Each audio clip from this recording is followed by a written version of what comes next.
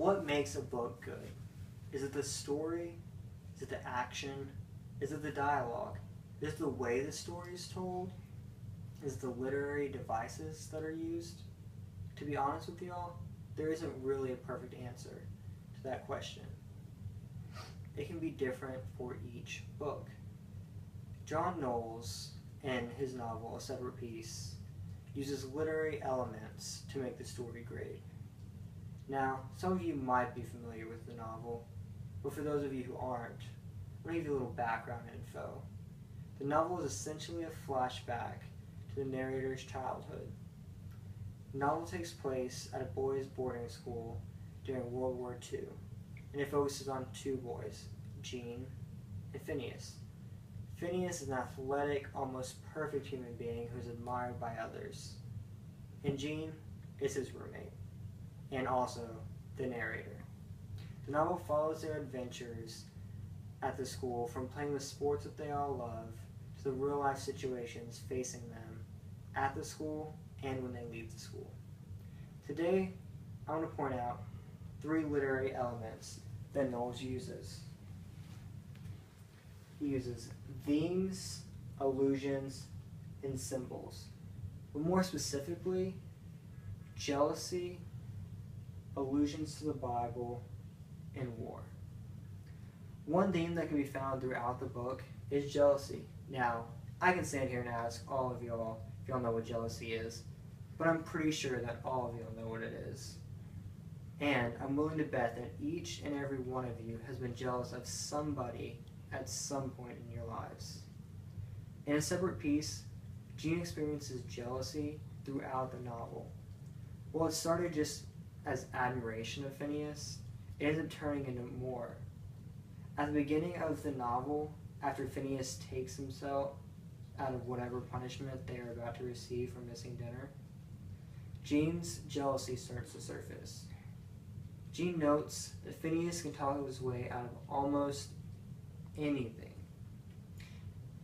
and he admits to the reader that he envies him a little bit for that. But he comforts himself by stating there was no harm in envying even your best friend a little, which is true. But Gene envied him more than just a little. Phineas's athletic ability topped most people at the school, and that bothered Gene on more than one occasion. When Phineas beat a school swimming record, Gene couldn't help but feeling jealous of his friend, instead of celebrating his friend's accomplishment. Later on, Gene's jealousy really comes to a climax when Phineas and him are about to jump together into the river from a branch on the tree. Both of them climb to the top and walking out to the end of the branch when Gene jumps the limb and causes Phineas to fall. If he'd been able to walk a couple feet further, he would have landed in the water. But he didn't.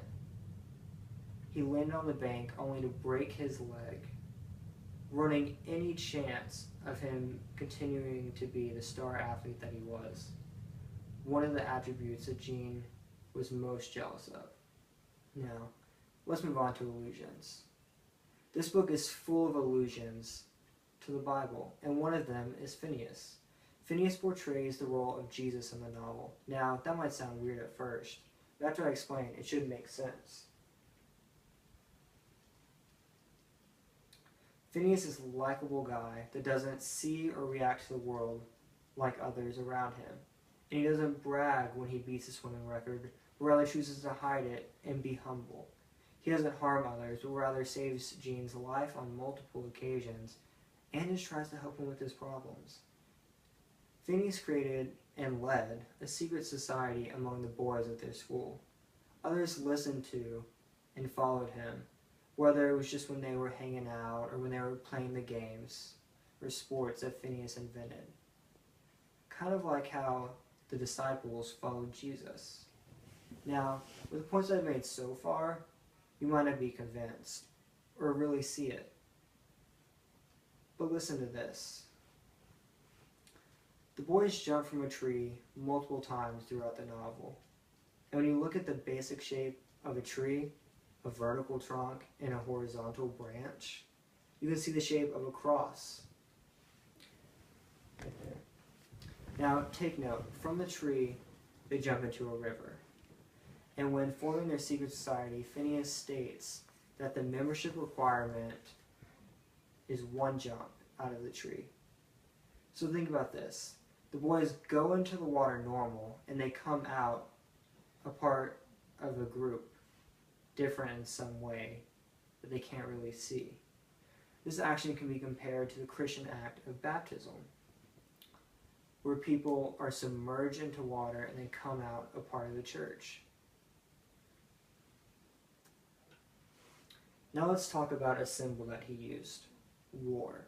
Throughout the novel, World War II is looming over them. The older boys are preparing for the war. They are caught up in accelerated courses and first aid programs and a physical hardening regime. Because sooner or later, they were going to fight. Later on in the novel, one of the boys' friends, Leper, gets drafted, and Gene almost signs up for the draft himself. But while the war loomed over them, Gene seemed to fight another war as well. His personal war against Phineas was the first war that he participated in. While reflecting at the end of the novel, he states that I never killed anybody, and I never developed an intense level of hatred for the enemy. Because my war ended before I ever put on a uniform. I was on active duty all my time at the school. I killed my enemy there. He blamed himself for Phineas's accidental death, and maybe he was right. If he hadn't knocked him off that tree branch, then the events that led to his death would never have started. Now, let's recap. John Knowles uses the theme of jealousy, the allusions to the Bible, and the symbol of war in his novel.